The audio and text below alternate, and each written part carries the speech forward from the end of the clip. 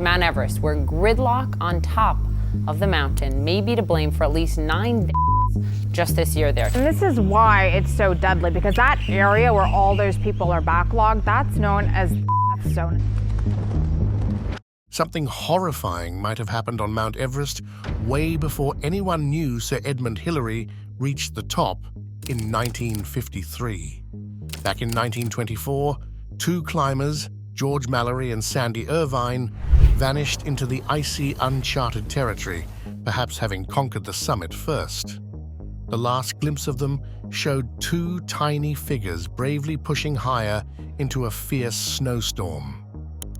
What dark secret is hidden up there in the frost? Let us explore the chilling dangers and shocking stories about the tallest mountain in the world. Mallory and Irvine got lost in a hike. Most people believe that Sir Edmund Hillary was the first person to climb to the top of Mount Everest in 1953, but there might be some inaccuracies in this widely accepted story. Could it be possible that we've been mistaken all along? It turns out the truth might be a bit more complex because 2 English climbers, George Mallory and Sandy Irvine, could have reached the summit before Hillary in 1924. They were last seen by a geologist named Noel Odell, who used a telescope to watch them as 2 tiny black dots climbing higher. Odell noted that both men seemed strong and capable of reaching the summit, the highest point of Mount Everest. Sandy Irvine was more technically skilled with equipment than climbing.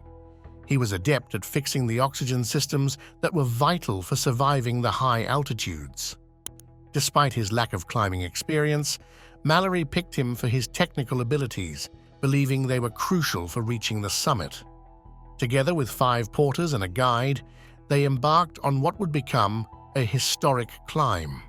However, when a snowstorm hit, despite the guide's warnings to return, that was the last time anyone saw the climbers. Pemba Dordia, a Sherpa known for setting a record with the fastest climb to the summit in 2004, just under 12 hours and 45 minutes, reported an eerie experience during his climb. He said he saw shadowy figures appearing suddenly, stretching their hands out as if they were trying to get someone to help them. Dorje believes these were the spirits of climbers who had on the mountain, stuck between this world and the next. This type of experience is commonly shared among the local Sherpas and other climbers from around the world. They describe feeling sudden chills, seeing unexplained lights in the extreme cold, and hearing voices filled with fear that seem to come from nowhere. These stories continue to be told by those brave enough to face the harsh conditions of Everest. Whether one believes these stories or not, they add a grim reminder to the adventure of climbing Everest. They suggest that the mountain is not only a physical challenge, but also a path through a place that has been marked by many past tragedies. These accounts, while making the mountain more intriguing, also serve as solemn reminders of the dangers that lie in trying to reach the top. They remind climbers that Everest commands respect, not just for its height, but also for the many lives it has claimed. Many climbers have lost their lives in this harsh section of the mountain, which could easily be explained by the brutal natural conditions they face: extreme cold, fierce winds, and a severe lack of oxygen that can confuse and weaken the human body. High numbers of deaths in this area could reasonably be linked to these harsh conditions rather than to any unexplainable forces. Despite this, reports of odd visions and unexplained events keep surfacing. Could the harsh conditions lead to climbers seeing things that aren't there? Or is there actually something mysterious occurring? This question remains as persistent as the cold Everest winds among those bold enough to challenge this deadly part of the mountain. The human body and mind are pushed to limits. People may see or believe things that aren't real, hallucinations brought on by the body's stress and the mind's desperation in oxygen-starved conditions. Debates continue on whether these experiences are just tricks of the mind or evidence of something that defies easy explanation. It's important to understand that scientific ideas like lack of oxygen and bad weather are well supported by studies. These reasons show that the strange happenings in the zone of no return on Mount Everest might not be as supernatural as some people believe. Yet the mystery of these events still attracts brave and curious people, keeping the tales from this area alive. Any thoughts of a magical or spiritual experience were quickly ruined. Instead of feeling closer to something heavenly, the climbers faced a tough reality. As they went higher, trying to reach the peak, they were suddenly reminded that the mountain wasn't just there for their climb, but was a place deeply honored by its local people. Their effort to get to the top turned into a conflict. They met a group of Sherpas, the local people who live near Everest. Sherpas are known for handling the harsh conditions at high altitudes well, which makes them great guides and helpers on many climbing trips. But this time, they weren't helping. They were standing up for their cultural beliefs. The conflict intensified. The Sherpas saw Griffiths and his companions as disrespectful of their traditions and reacted with anger. This anger was not just a sudden flare-up, but was rooted in long-standing issues. Local communities often feel that foreign climbers come to their sacred mountain without respecting the local culture or considering the environmental damage their expeditions can cause. Tensions rise as unexpected challenges emerge on Everest. Everest's nightly roar. The confrontation became even more serious. The Sherpas, driven by a strong sense of duty to protect their culture, became a significant threat to the climbers. This incident showed a stark contrast to the peaceful and spiritual image usually associated with Everest. It highlighted the real tensions that can arise between climbers and local communities. The deeper complexities of climbing Everest were evident. The mountain isn't just a physical challenge, it's also a place of cultural and environmental importance. The Sherpas' strong reaction was a clear message that Everest, despite its global fame, holds significant local value that climbers must recognize and respect. This event is a reminder of the ethical challenges and the need for cultural sensitivity that come with such high-stakes adventures. The danger escalated quickly, placing Griffith and his companions in a dire situation where their lives were at risk. They were completely outnumbered and lacked any means to defend themselves. Just as the situation seemed hopeless, a group of brave climbers from Camp 2 stepped in to help. Among these rescuers was Melissa Arnott, who had previously climbed Everest 4 times. Her experience with and knowledge of the Sherpas were crucial. She could see the danger was immediate and acted swiftly to aid Griffith's group. Melissa advised them to leave the area immediately to avoid further conflict. Recognizing the seriousness of their predicament, Griffith and his group had no choice but to heed her advice. They quickly left the area, giving up on their goal to reach Everest's summit. This decision to flee, driven by a basic desire to survive, marked a profound and distressing end to their expedition. What had started as a quest for glory ended in a scramble for safety, underscoring a humbling realization of their limitations and the volatile nature of their environment. The retreat was not just a physical withdrawal, but a mental and emotional concession that their underestimation of the local sentiments had led to this unwelcome and perilous confrontation. A loud and disturbing noise terrifies the local communities as night falls over Mount Everest. This sound, which reverberates through the mountain after sunset, seems as though the mountain itself is alive and angry. To those living nearby, it feels as if Everest is trying to communicate its fury and threatening intentions. The noise was first reported by a climber who has reached Everest's summit 15 times. He described witnessing large blocks of ice and snow break off and plummet down the mountain's slopes, causing a thunderous noise. The sound was so loud and disturbing that he found it impossible to sleep. However, this frightening noise has a scientific explanation. Researchers have discovered that the noises are caused by the ice cracking and glaciers breaking apart, which becomes more frequent at night when temperatures drop. This process is primarily due to the glaciers melting because of climate change, leading to instability in the ice structures. On another note, enormous footprints, larger than those of any human, were found on Everest. Eric Shipton, an experienced mountaineer, discovered these footprints in 1951 while exploring near the Menlung Basin, situated between 15,000 and 16,000 feet above sea level. Lacking proper tools to measure the footprints, Shipton used his climbing partner, Michael Ward's boot, to approximate the size. He documented the comparison by photographing the boot next to the footprints, which showed a clear size discrepancy. This unusual finding, accompanied by some fur found in the vicinity, has sparked considerable interest among the climbing and scientific communities. The footprints add to the mountain's intriguing phenomena and continue to engage those who visit or study this majestic peak. The combination of these events, the nightly noises, and the discovery of large footprints, has contributed to a heightened sense of wonder and caution among those who encounter Everest. The locals' interpretation of these events, along with scientific investigations, paints a picture of a dynamic and changing environment at the world's highest peak, where natural processes and unexpected discoveries create a compelling story of interaction between humans and nature.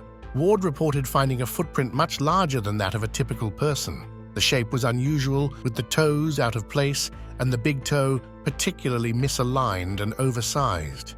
This leads to a pressing question. How is it possible for someone to walk barefoot in such extreme cold? His ambition was not just a dream. He had a proven track record of climbing mountains that would scare off many experienced climbers, including the difficult Annapurna. He had many awards for his bravery and climbing speed, showing his skill. When Sturck climbed, he did so with such speed and grace that it looked easy for him to move through dangerous paths. His unique way of climbing and the impressive results he achieved not only pushed the boundaries of what could be done in mountaineering, but also earned him a great deal of respect from other climbers. But in April 2017, something went terribly wrong. Sturck died while climbing on the western route to Everest's summit, a path he had successfully navigated before. His death was confusing because he was so experienced. Reports said he slipped and fell hundreds of yards to his death. The exact reason for his fall remains unknown. Was it because of slippery ice? Or maybe he didn't have enough oxygen? Since his climbing partners were too far away to see exactly what happened, they could only bring back his body. His death was a huge loss for the climbing community. The absence of toilets or any plumbing systems means that human waste is left in landfills, open pits, and makeshift dumps. This leads to serious contamination of the soil, making it toxic and unfit for use. Water sources near the area become polluted and dangerous to consume. The consequences for human health are significant. Many climbers get sick from drinking the polluted water even before they reach their base camp. The local communities, who rely on tourism for their income, face the same issues with waste management. They lack the resources and infrastructure to deal with the increasing amounts of waste left by tourists. These communities are forced to watch as their beautiful mountain slowly turns into a huge garbage dump. With no effective measures in place to handle the situation, Mount Everest's environmental health is deteriorating rapidly. The diverse life forms that inhabit and surround the mountain are at risk as the quality of the environment continues to decline. If this trend continues, the iconic image of Mount Everest will be overshadowed by the impact of unmanaged waste. The mountain, known worldwide for its breathtaking views and as a symbol of natural beauty, will lose its appeal. This could lead to a decrease in tourism, which many local economies rely on. The situation needs urgent attention to preserve the health and beauty of this world-renowned mountain. Without change, the future of Mount Everest looks bleak, potentially turning into a landscape marked more by waste than by its natural splendor. Another surprising development, NASA discovered marine fossils on the very top of Mount Everest. This finding has caused quite a stir among scientists. The fossils, which came from sea creatures, were found at the highest point on Earth, raising the question of how they got there. This discovery has led to different opinions and discussions. Some people believe that these fossils confirm the story of a great flood described in the Bible's book of Genesis. However, others are more cautious and question the connection between these fossils and ancient stories. NASA, on the other hand, sees these fossils as evidence supporting the theory of plate tectonics. They suggest that the fossils prove that the area where Everest now stands was once under the sea. According to this view, the movement of the Earth's plates pushed the land upward, lifting it from beneath the sea to form Mount Everest. This explanation helps us understand the long-term changes that occur on our planet, showing how the Earth's surface can transform dramatically over millions of years. Do you really believe that Maurice Wilson, a soldier with little more than hope and faith, could scale the heights of Mount Everest? His story starts in 1932, when he claimed that prayer and fasting healed him from an illness. Filled with this belief, he decided in 1934 to tackle Everest despite having almost no experience in climbing mountains. He was convinced that some higher power would help him reach the top. He managed to climb up to 23,000 feet before being stopped by a huge wall of ice. His guides, the Sherpas, begged him to turn back, warning him of the dangers ahead, but Wilson ignored them, driven by his strong belief. He even wrote in his diary about making one last attempt to climb higher. Unfortunately, his determination wasn't enough. Overcome by exhaustion, he died in his tent a few days later, showing that sometimes faith is not enough against the might of nature. The quest for adventure pushes climbers to try the unimaginable, the thin line on Everest's slopes. Then there's the tale from 1975, with British climbers Dougal Haston and Doug Scott, who made it to the top of Everest, but did so too late in the day. They had to spend the night in an area known as the Death Zone, where the air is too thin to breathe properly and the cold is extreme. They had run out of oxygen, food and water, and their heater had stopped working. Expecting the worst, they dug a hole in the snow to try to stay warm and alive until morning. In those desperate hours, they felt as if someone else was with them in that hole, someone kind and comforting who even gave them advice on how to survive. They made it through the night, believing this unseen presence had saved them. Other climbers have also felt this presence in their moments of greatest need, and now think of it as a kind of guardian angel. Marco Siffredi set out to conquer Mount Everest again, not through climbing alone, but by snowboarding down one of its steepest and most unforgiving sections, the Hornbein Couloir. This choice was bold and filled with risk, especially considering he chose the late summer for his climb, a time known for deeper snow, but also more dangerous weather conditions. Marco's decision wasn't just about seeking thrill, it was about pushing the boundaries of what was possible in extreme snowboarding. For many years, scientists have been using advanced technology and DNA testing to try and understand these strange footprints, but they have yet to find any clear answers. Adding to the intrigue, when they analyzed some fur collected by another explorer named Shipton from the same area, it didn't match any known animal species. This unidentified fur has sparked discussions about whether it could belong to the Yeti, said to inhabit the Himalayas. Despite considerable efforts, this remains an open and unresolved issue. On another note, Jim Davidson shared his experience of the most frightening day of his life while climbing Mount Everest in 2015. During his ascent, a huge earthquake struck, measuring 7.8 on the Richter scale. This earthquake caused the deaths of 18 people who were on the mountain with him and around 9,000 more in Nepal and its neighboring countries.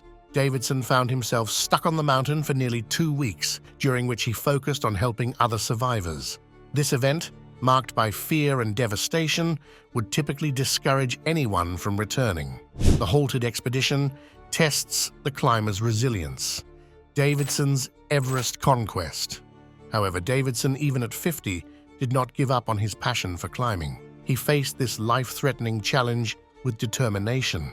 After going through extensive training to better prepare himself for the harsh conditions of Everest, he bravely returned to the mountain just a year later. His commitment highlights the unyielding human spirit and the unique challenges mountaineers face when tackling such formidable natural environments. Davidson's story is not just about personal survival, but also about his unbroken resolve to achieve his goal of reaching the summit, despite the overwhelming odds. For 12 long hours each day, he dedicated himself completely, driven by his deep desire to reach the top of Mount Everest. Finally, his efforts paid off when he reached the summit and sent a message to his wife, proudly stating, "I am standing on top of the world, the highest point on Earth." When you think of Mount Everest, you might not immediately think of animals living there. The mountain is known for its extreme heights and the harsh conditions that seem impossible for any creature to survive. Yet, despite the freezing temperatures, the thin air, and the overall inhospitable environment, some animals have managed to make a home there. At the incredible height of 29,029 feet, you can find creatures such as the Himalayan jumping spiders. These spiders have evolved over thousands of years, changing their bodies to cope with the cold and the lack of oxygen. Their survival is a testament to the incredible adaptability of life. In 1924, members of a British expedition found a type of grasshopper living as high as 6,700 feet on Everest. This was an unexpected find, but it serves as a reminder that life can adapt to even the most extreme conditions. Life flourishes even in the most difficult places, not just for small, tough creatures, but also for larger predators. Among these are the snow leopard and the Himalayan tahr, a big animal with horns, both of which are well suited for climbing the steep, rocky cliffs of Mount Everest. These animals move easily across the mountain's different heights. Near the bottom of the mountain, Himalayan black bears have established their territory. They sometimes share this space with the Himalayan tahr. Further down, at lower altitudes, lives the rare red panda, which looks similar to the binturong. Unlike other large animals that avoid the top of the mountain, these red pandas have adapted well to the risky conditions of their high-altitude home. Rewinding to a year before Sir Edmund Hillary and Tenzing Norgay became famous for their 1953 ascent of Everest, there was a lesser-known expedition by the Soviets in 1952. They aimed to climb Everest from the north side. Their mission was more than just a climb. It was to place pictures of Stalin and Lenin on the summit, asserting their country's dominance in a strong and clear way. This was not merely a mountaineering achievement, but also a political statement, combining the goals of national pride with the challenge of reaching the highest point on Earth. The Soviets' attempt to plant their leaders' images on the summit was a bold political move, intended to show their power and extend their influence to the top of the world, quite literally. They climbed the mountain and set up their final camp at 26,000 feet. Unfortunately, they never returned. Disappointingly, the Soviet authorities refused to acknowledge these men who had died trying to bring honor to their country by reaching the highest point on Earth. The only evidence of their attempt to climb the mountain came from an article by Evgeny Gibbonreiter in the Alpine Journal, published in 1953. Their fate was unknown until 2017, when a shocking find was made. A team looking for a Slovak climber who had died from altitude sickness found 4 dead bodies in a tent at the 4th campsite. Oddly, no climbers were reported missing that year by any official agencies, which made people wonder about the identities of these dead men. The Nepalese Ministry of Tourism quickly stated that these were climbers from the previous year's expedition. This simple explanation was insufficient for those who were puzzled by the lack of a search or any official record of these men. In the climbing community, it is uncommon for climbers to go missing without any effort to find them or to remember them.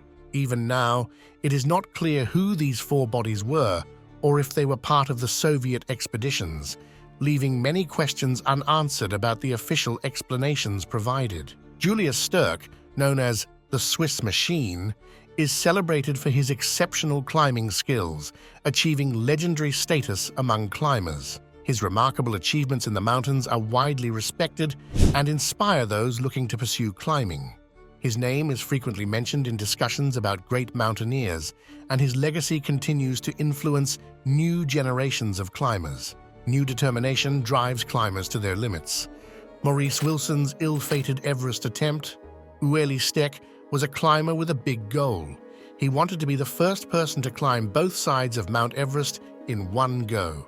Despite warnings from his experienced Sherpa guides, who sensed the increasing dangers from the worsening weather, Marco pressed on after reaching the summit. His determination to descend, despite the risks, highlights a troubling trend in extreme sports. The fine line between courage and recklessness is often blurred. As he began his descent, the last image his team had was of him fading into the cloud cover, a moment that marked the beginning of his final, ill-fated path down the mountain. His disappearance brings up critical questions about the motivations behind such extreme risks. Are these acts driven by a love for the sport, a desire for fame, or an intrinsic need to face and overcome the most daunting challenges?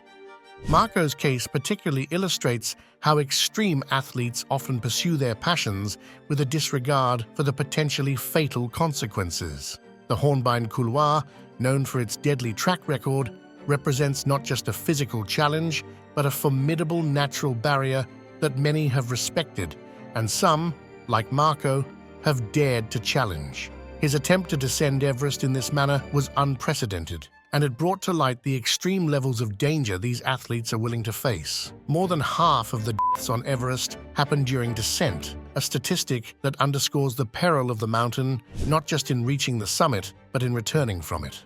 Marco Siffredi's tale is a vivid reminder of both the majesty and the menace of Mount Everest, as well as the delicate nature of human bravery.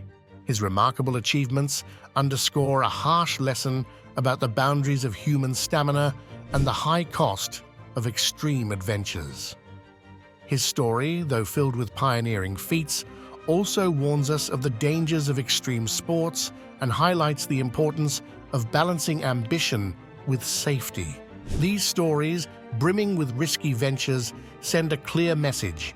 There is a thin line between heroic courage and reckless danger. They are loaded with thrilling episodes and stark alerts about the unforgiving nature of Everest and the common human error of underestimating such lethal environments. They serve as a reminder that while the mountain can stir admiration and provide a backdrop for incredible accomplishments, it can also easily take lives.